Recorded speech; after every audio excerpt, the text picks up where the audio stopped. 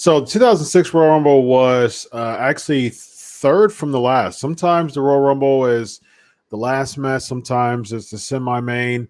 But this year, actually, in 2006, it was actually third from the last. They had the two title matches.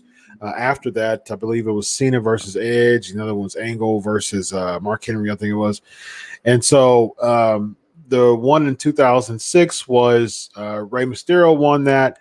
He eliminated Randy Orton at the end. And, that was a kind of homage, so to speak, to Eddie Guerrero, who just passed a couple of months before that.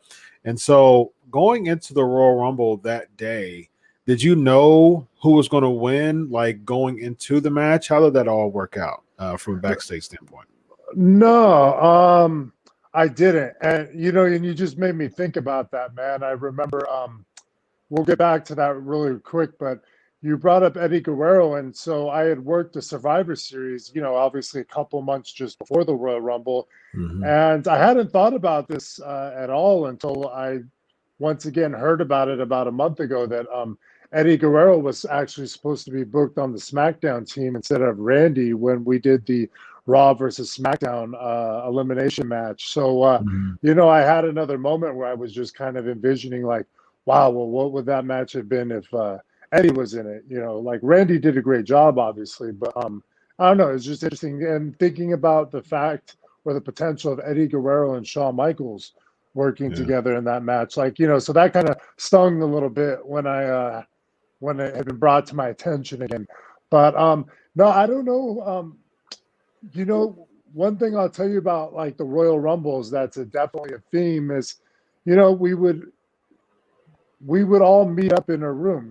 We would have a meeting. Like they would have obviously all their pre-production meetings and stuff, so they would have an idea of what's going on, and then they would bring all of us into a room, and they would basically kind of go through a list, and they were not out about finishes at all. Like I'll take you back to like the Elimination Chamber. When I did that Elimination Chamber match where Cena had won, they didn't tell Carlito or me that Edge was going to be coming out and cashing in right after that. We had no idea. We were just as kind of surprised as everybody. We really were. And Carly, is second generation, so he had a hunch because he knew something was weird about the finish. It didn't make sense to him, but he didn't know that it was going to be Edge cashing in. So they really for a number of reasons, they obviously don't want to get it out. It's hard to keep anything quiet nowadays. There could be a leak anywhere, and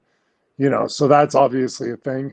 But usually they would go through the eliminations with us, and they stop at around, like, I don't know if it's like maybe around 20 or maybe even a little higher. Maybe they go to like 22, like somewhere around there. And then basically, I think everybody who's already knows their role leaves the meeting because there's, it's like there's no need for everybody to know at that point. It's just intelligent. You can't think about it, man. Think about it. Everybody knows, Telegram, Telewrestler, that whole Bruce Pritchard and Conrad thing. You just can't.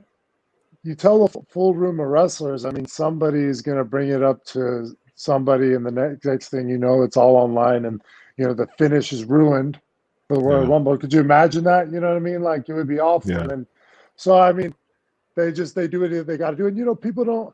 I don't know. Like, I never typically went out and asked, but I mean, I think I knew ahead of time that Ray was going over, and that's probably because I had found out through Randy, I would assume. But I don't even know for sure about that, but that's pretty much how it went.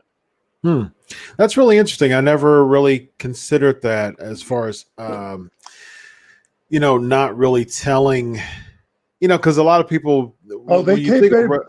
kayfabe the boys, man. Like that's thing, I think that's pretty cool, actually. I think that's one of those. I think that still bring the element of surprise even backstage because if everybody knew everything.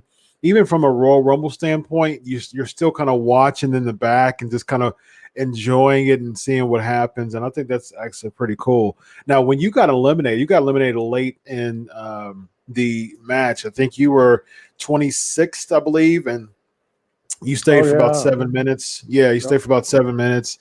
And so when you got eliminated, what happened after that? You get eliminated, and then did you when you go in the back? Did you hit the showers? Did you watch the rest of the match? What did you do after that?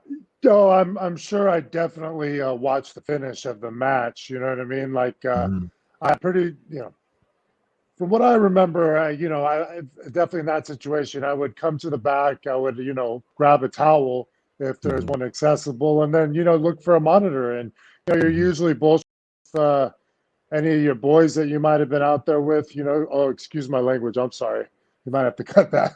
But you're just BSing with your friends and being like, hey, yada yada. Remember when this happened out there or that happened out there? Kind of having some laughs, or usually, sometimes trying to make sense of what happened. But like the guys that are in the back will definitely tune into the monitor to see stuff like that. Like they want to see, it's mainly not because they feel, it's more from a aspect of, you want to see how the show closes. Like, did the show, was it a success? Did the crowd react for the finish?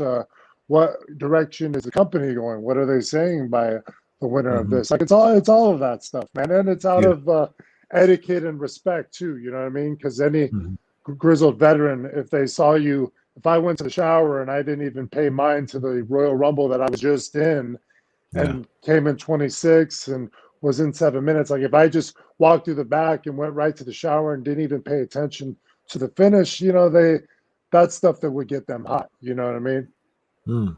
Okay, yeah, that makes sense. So here's the big question, just in retrospect. Rey Mysterio, again, he won the match.